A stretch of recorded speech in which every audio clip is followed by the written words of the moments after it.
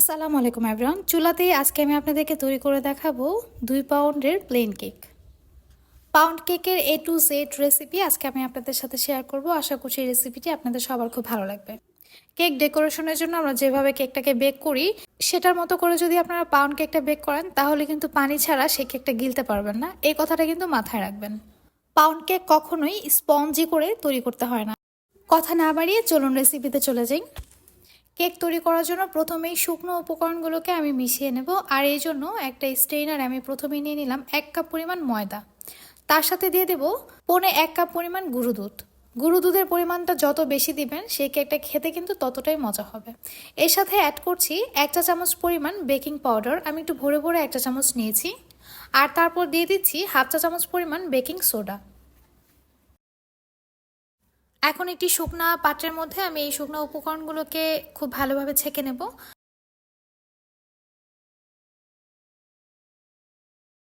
শুকনো উপকরণগুলোকে 2 থেকে 3 বার ছেঁকে নিলে সেটা খুব ভালোভাবে মিশে যায় আর কেকটাও কিন্তু খুব ভালো হয়। তাই আমি এই উপকরণগুলোকে আরও একবার ছেঁকে নিচ্ছি। আমার রেসিপিগুলো যদি আপনাদের ভালো লেগে থাকে তাহলে প্লিজ আমার চ্যানেলটি সাবস্ক্রাইব করে যাবেন এবং লাইক শেয়ার কমেন্ট করে আমার পাশে থাকবেন আশা করছি।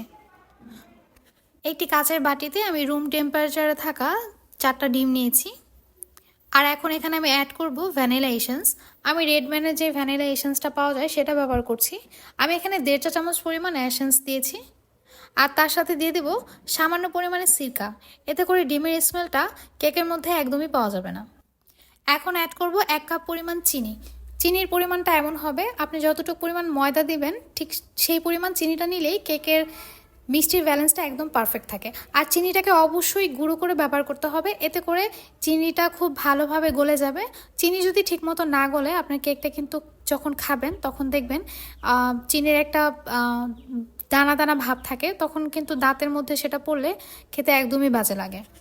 আমি হ্যান্ড উইক্স দিয়ে এটাকে বিট করার চেষ্টা করেছিলাম, তবে এটাতে সময় খুব বেশি লাগে। এই জন্য আমি একটা ইলেকট্রনিক বিটার দিয়ে ডিমটাকে খুব ভালোভাবে বিট করে নিচ্ছি। আর এই ডিমটাকে বিট করার সময় এটাকে ফোমি করে বিট করার একদমই প্রয়োজন নেই। যতক্ষণ না পর্যন্ত চিনিটা সম্পূর্ণ গলে যায় ততক্ষণ পর্যন্ত জাস্ট এটাকে বিট করে নিতে হবে। এখন এখানে অ্যাড করব 1/3 কাপ পরিমাণ তেল। তেলের পরিমাণটা পাউন্ড কেকে কিন্তু একটু বেশি পরিমাণে ব্যবহার করতে হয়। তেলটাকে আমি হ্যান্ড উইক্স দিয়ে খুব ভালোভাবে এই ডিমের মেলাঙের সাথে মিশিয়ে নেব। এখন শুকনো উপকরণগুলোকে অল্প অল্প করে এই মেলাঙের সাথে আমি মিশিয়ে নেব। একবারে সবগুলো শুকনো উপকরণ এখানে দেওয়া যাবে না, এতে করে এটা মেশাতে অসুবিধা হবে এবং দানা দানা থেকে যাওয়ার সম্ভাবনা থাকে। তাই আমি এটাকে 2 বারে করে মিশিয়ে নিচ্ছি। শুকনো উপকরণগুলোকে মেশানোর সময় যে কোনো এক সাইডে ঘুরিয়ে এটাকে মেশাতে হবে। আপনারা উল্টাপাল্টা মিশালে তখন এই মেলাংটা কিন্তু একদম বসে যাবে, তখন কেকটা কিন্তু একদমই ফুলবে না।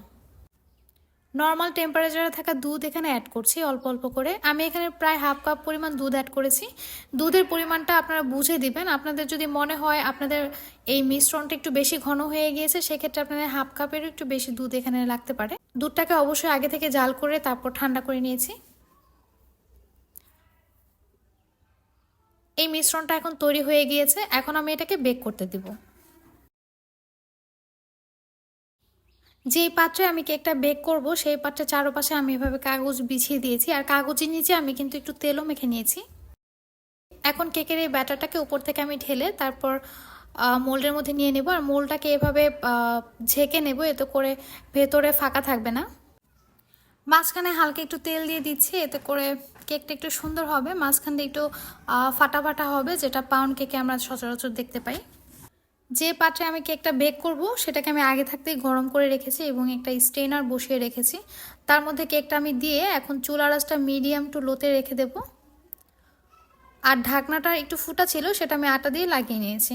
কেকটা বেক করার সময় অবশ্যই এই ধরনের সিলভার অথবা স্টিলের ঢাকনা ব্যবহার করতে হবে, এতে করে কেকের ওপর সুন্দর একটা কালার আসে।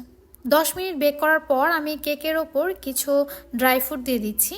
কেকটা 10 মিনিট বেক করার পর এই ড্রাই ফ্রুটগুলো অ্যাড করতে হবে, এতে করে ড্রাই ফ্রুটগুলো উপরেই থাকবে। আপনারা যদি সাথে সাথেই ড্রাই ফ্রুটটা অ্যাড করে তারপরে এটাকে বেক করতে দেন সেক্ষেত্রে ড্রাই ফ্রুটগুলো কিন্তু একদম সব নিচে নেমে যাবে কেকের, সেটা কিন্তু দেখতে সুন্দর হবে না। চুলার আঁচটা মিডিয়াম টু লোতে করে আমি এটাকে বেক করব ঘড়ি ধরে পুরো 25 মিনিট।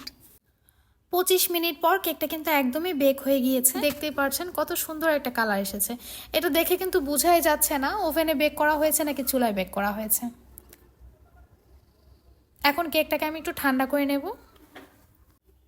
কেকটাকে মোল্ড আউট করে নিচ্ছি।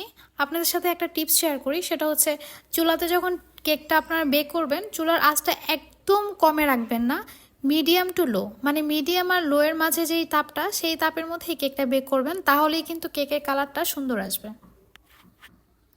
আমি চারপাশে যে কাগজগুলো ছিল সেটাকে আমি এইভাবে ফেলে দিচ্ছি। আর দেখতেই পারছেন এটা দেখতে কতটা সুন্দর হয়েছে।